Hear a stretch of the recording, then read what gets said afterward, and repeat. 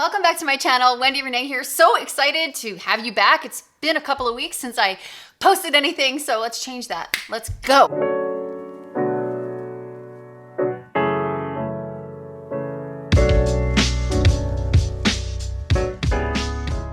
Before we begin, I want to thank you so much for liking, subscribing, and sharing my YouTube videos. I never thought I would actually say that out loud, but here we are.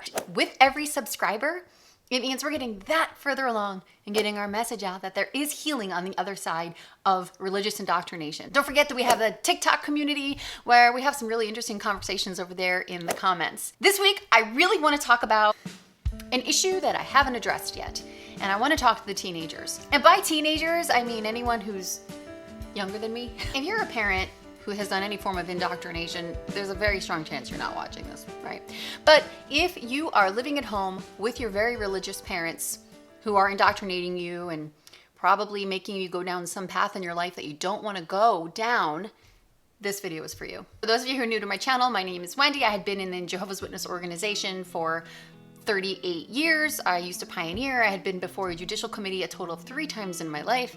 In addition to that, I have 2 kids who are tweens. It's quite frankly the best age ever. And I say that with no sarcasm. There's this interesting conflict I have, and whatever you do, do not take away from this video that I'm encouraging you to disobey your parents, to go behind their back, or to disrupt peace in your household. That is not to put blame on you, but it is to say that from a mother's perspective, if I found out that my kids were reaching out to strangers on the internet, I would be heartbroken. But parents, if you're watching this, why do your children feel the need to reach out to complete strangers, right? That's the issue. And I'm really grateful that these young people feel like I'm a soft spot to land. That's why I do this. I'm really grateful that they feel they could trust me and reach out to me. You are completely free to keep doing that. But for those of you who don't have apps, who don't have access to reach out to me, I am not going to cross over into that boundary of encouraging you to disobey your parents. I'm not going to encourage you to reach out to me if they do not allow you on the internet or if they have certain rules within your home. I'm not going to encourage that at all. I'm hoping you EXJW grown-ups who have been through this will add your 2 cents in the comments, because again, we are a community. That's what we're fighting for, is to get our community and our voices heard. But you know, there is this community of young people in the organization that get overlooked, and we need to stop and pause and give them the attention that they deserve. We were all teenagers at one time, and so if you are a teenager or a young person who's living at home with indoctrinating parents, this video is for you. And if you're under your covers watching this, if you are on the podcast and you have this in your ear while you're at school or while you're at home pretending to do chores, first let me just say, as parents, our actual job as parents is to guide our children into the life that they choose. That's really it. Our job is to simply guide them and encourage them to make healthy decisions. That's really our job as parents, isn't it? So what if you're a teenager going through this? I had one teenager reach out to me, and it was really disheartening to see what they're going through. And that is why I'm making this video. Watch this and listen to this over and over and over again when you feel you're going to lose your mind, because this advice is going to apply to you throughout your life. And I wish I had someone tell me this when I was your age. For me to even sit here and say, when I was your age, I never thought I would see that day. I thought the end of the world would be here by now, but here we are. The honest truth of the matter is that just because you are an indoctrinated Jehovah's Witness and you are in a real PME household, that just adds another layer onto your normal teenage issues. So for example, as a teenager, it is completely normal for you to want to get out from under the thumbs of your parents, and it is completely normal getting your own identity away from your parents, away from their belief systems, away from things that they told you.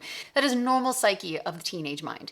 The thing is, the religion adds on another component, because you are not encouraged to pursue your own goals. You are not encouraged to do the things that you want to do that feel right for you within safe boundaries. So I'm going to come at you from 2 perspectives, from a mother and from a teenager. So really, I'm talking to my inner teenager here. First of all, what you're going through is hard and challenging and difficult. Not only are you trying to play the game, you have to go to sit through Zoom calls that you don't want to sit on, letter write when you don't want to be letter writing, and you have to pretend that you're happy while you're doing it. That's really difficult for people to do. When you are kind of stripped away of the things that you feel are right, the problem is that what you don't want to happen is you don't want that to continue. You don't want it to erode at your self-esteem, at your self-worth, at how you can make a change in this world. And the Jehovah's Witnesses actually believe they are making changes in this world. Mother's perspective. Your parents truly are terrified that you are going to die. 100% terrified. They are told over and over and over again, this means your life. They are told over and over and over again, train up a boy so he doesn't turn away from it. And parents are trained that if our kids turn away from the truth, that we're going to be responsible for their death. So the organization promotes this horrible viewpoint that parents are responsible for every decision that a child makes. That is just completely not true at all. From your parents' perspective, they truly believe that this is the right way. I gotta say, without fail, throughout the week, most teenagers who reach out to me are afraid of their parents. I am shocked and astonished. These young people are talking about abuse they're going through at home, talking about how exhausted they are from parading like a Jehovah's Witness when they don't believe it. They're being forced to sit through Zoom calls, they're being forced to letter write, and they're being forced to be friends with people who are toxic to them. Parents, if you are an active Jehovah's Witness and you are watching this video, for the life of me, you're probably not one of the active JWs watching this video, but if you are you out of your mind thinking that you can control your child? Our job is not to control our children. Our job is to guide them into a healthy life and be happy for their successes, whatever that looks like for them. Now, to you teenagers, and I'm gonna say, you guys, you kids, don't be offended by the terminology that I use. It is what it is, okay? Take what works, take what resonates with you, and ignore the rest. First, I also wanna say, if you are being abused, not all abuse has bruises. If you are being abused, reach out to someone and tell them. There is no excuse for abuse. No excuse whatsoever. Go to a counselor, go to a teacher, go to any place of authority. Go to a police station. Tell someone that you are being abused. And there is no shame in that. I'm appalled at the stories that I'm hearing. I was slapped around a lot as a little kid and as a teenager. And remember my brother being beaten because he lost his Bible. If any of these things describe you, please tell a grown-up. Your pain is real. Your experience is valid. You don't believe it anymore. And that is okay. That is okay.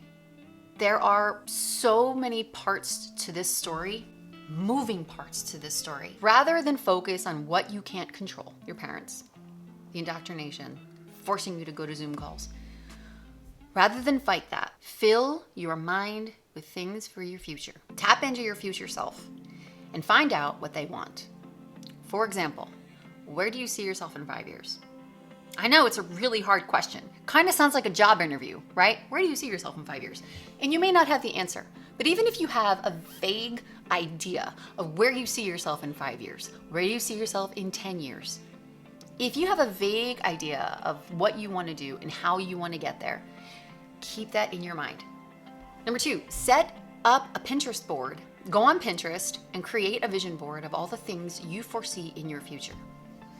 Create a vision board. These things actually work. And I'm not going to get into this whole like manifest it and it'll come true, but there is truth to that. If we sit there and think about all the things that we can't control, you're wasting your energy. You are not going to be able to convince your parents to let you get into sports. And I can sit here and talk about how sad that is, because it is. You're not going to convince your parents to let you go to the prom.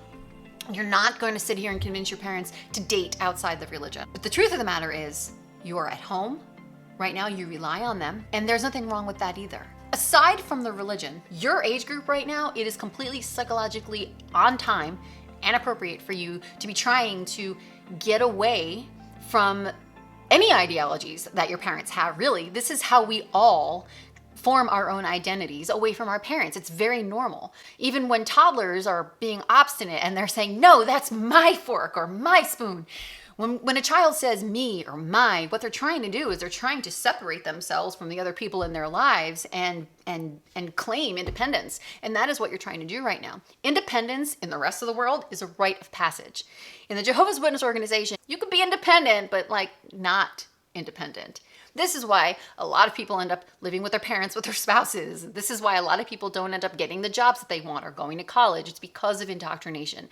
So maybe pause. See that your parents are also victims. They are also indoctrinated. I know that when you wake up, the first thing you want to do is you want to tell your parents what you found out. You want to kind of go in like gangbusters and get in their brains and say, hey mom, hey dad, like this is a cult. I don't believe this anymore. I'm fighting for my right to party. That's an old song. And if you don't know that song, then I'm really aging myself. But anyway, tapping into your future self is going to help you stay on the path. The very fact that you woke up from indoctrination is very telling of how intuitive and how intelligent you actually are. People who critically think are not easily indoctrinated. But I will say this, because you've been indoctrinated for however long, many of you since childhood, many of you were born into this religion, but because of that, you are very susceptible to succumbing to other forms of mind control. And that is something that you also really need to be aware of. Maybe you want to get out of the house so badly. Be aware that you can get sucked into toxic relationships or situations simply because you want to leave the home. Be aware that there does exist toxic people out there. There are toxic EXJWs. There are toxic people in JWs. There are toxic people everywhere. And that inner desire you have right now to get out of the house, be mindful that you could fall into the hands of an abuser.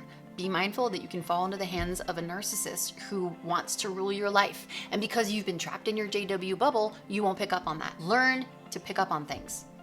Learn about behaviors, learn about psychology. Behind the scenes, do the work. Make the plan for the kind of human being you want to be when you get out from underneath your parents' thumb. Here's the thing too. When you do decide to go out on your own, the unfortunate truth is that you're going to have to accept the fact that the shunning is very real. And maybe by the time you get to that point, you will be okay with being shunned because you'll be happy in your mind and you'll have formed community behind the scenes and you'll have found a way to create a life for yourself. And I'm not encouraging you to hide things from your family. I'm talking about developing a healthy mindset of I am a separate person from my family. I don't agree with this ideology. Recognize things as they are. Recognize, honor, hold space for yourself to feel what you feel, but also get a plan. And what does that look like? It depends on you. There's a very strong chance your family or your parents are not going to let you go to college, right? And plenty of people in this world succeed without college. Plenty of people. And if college is something you want to do, find ways to do it. Find ways to afford it. Whatever type of schooling you're currently in now, whether it's homeschooling or public school or whatever kind of schooling you're in right now, get resources.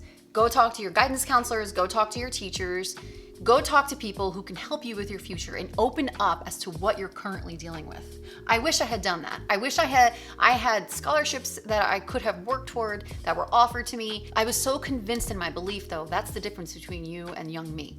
I was a fully believing Jehovah's Witness. But I didn't have someone telling me, you know what, you can go tell a counselor, go tell a teacher that this is what you want. I know of a guy who, he was 19 years old and disfellowshipped, and he wanted to go to college, but his parents told him he may have to stop. And a guidance counselor stepped in and said, wait a minute, your grades are great. Like, you have the financial aid. Why are you going to stop college? And that guidance counselor saved his life. He ended up going on to be a very accomplished artist. You can go and watch one of my last videos. I'll link it in the description box. His name was Steve, and that's exactly what he went through. So if you don't want to go to college, consider a tech school. Consider a vocation that will give you some sort of stability in your life. Sitting there and hating your parents is not going to change your life. It's just not. And I will say that even if this wasn't a Jehovah's Witness issue, you would find other reasons to hate your parents. I know it sounds stereotypical of teenagers, but the whole point of being a teenager and the growth and development of the teenage phase is to disagree with your parents. Honestly, it depends on the parent to bring in their allowance and their permission for their children to disagree with them. If you are a Jehovah's Witness parent and you're watching this and you do allow your children to disagree with you, I want you to really ask yourself if that's true. Is it? Can your teenager say, hey, mom, dad, I want to go to college? Or are you going to question their spirituality? Are you going to make them feel like garbage because they want to get a career? Some of you parents are okay with them going to school, but not all of you. How many of you parents who have kids going to college right now, you have to keep it hidden from the rest of the congregation? If that's you, you're basically saying you're ashamed of your child. Shame on you for being that way. Shame on you. Teenagers, I'm gonna give you tools that will set you up for the future that you could do from home rather than sit and feel sorry for yourselves. Sitting and feeling sorry for yourself is wasting time and wasting energy. Stay present in the moment. And if you have to sit through these Zoom calls, listen to them. Listen to them. Coach yourself on what neuro-linguistic programming is. It's called NLP for short.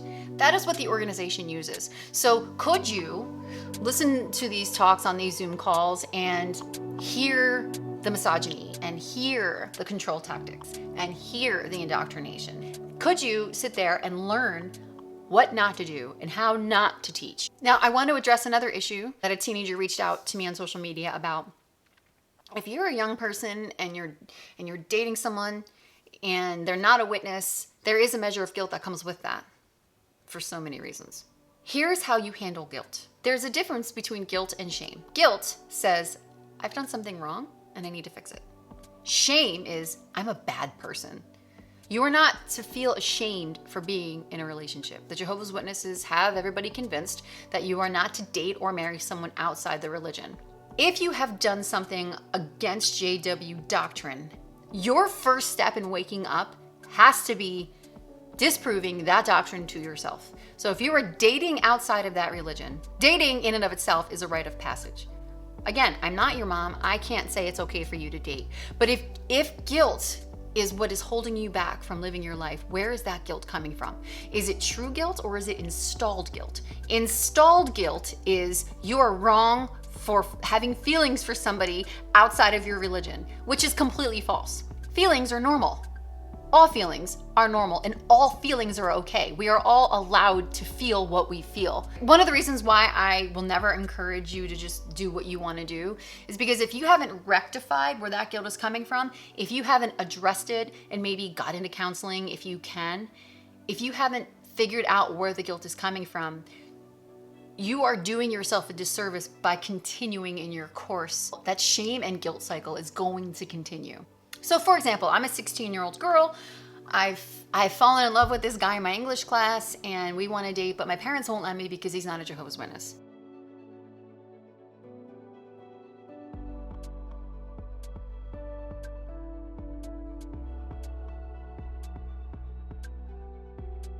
And then I go to this other adult and I say, hey, my parents are being really hard on me. I want to date this guy. And number one, I already feel guilty about dating him. Then I go to this person who tells me it's okay, but I haven't rectified the guilt yet. I will then go deeper into the relationship and feel even guiltier. And then my mental health is in the toilet. That's what I'm trying to avoid for you. It is really important that you fill your minds with good, positive things for the future. Focus on what you can control. Focus on what you have the power to do. You are in the power for your future. Could you silently sit back and make a plan for your life? In the real world, your parents are not going to always agree with you. That is a parent thing. I don't agree with my kids. And for me, when my daughter is disagreeing with me or my son is disagreeing with me on something, I tell them, state your case. Something else I want to talk about too is reversing the cycles of abuse, generational trauma, and indoctrination. Your parents are passing down to you what their parents passed down to them unless they got therapy, right? If you want to have children and you want to move forward with your life as time goes on, this cycle of indoctrination and abuse can absolutely stop with you. You have to decide for yourself if that's what you want. Unfortunately, there are consequences to these actions, losing your family. If you want to live as a PMO, can you live with the consequences of dating a PME? If you want to get out entirely, can you live with the consequences that unfortunately, when you're in a cult and you leave, you suffer the shunning? This is what we're all speaking out about. But there is joy and happiness in finding your life and in reaching for a career. Follow your talent, not your dreams. Follow your talents and the money will come. Now, when we follow our dreams, we may not necessarily be good. For example, if somebody has this dream to be this rock star, but their talent doesn't line up with that, where they can't even play guitar, can they learn? Sure. What are the chances of them becoming a rock star? Whatever your talents are, seek ways to get paid for those talents. Following your dreams is easy to say and it feels all warm and fuzzy inside, but ultimately, if your dream does not line up with your talent, you're gonna run into an issue there. I promise you that in the rest of the world, being a teenager sucks. It really does. I was an indoctrinated baptized witness as a teenager, and I fully believed it. I was very insecure. I struggled to get through teenagehood because I had very few friends, but I believed this religion hook, line, and sinker. So if you are awake and you are a teenager at home and you have nowhere to go, you are way further ahead than many of us adults when we woke up. Find ways to continue to be patient. If nothing else, this will be a test of your patience.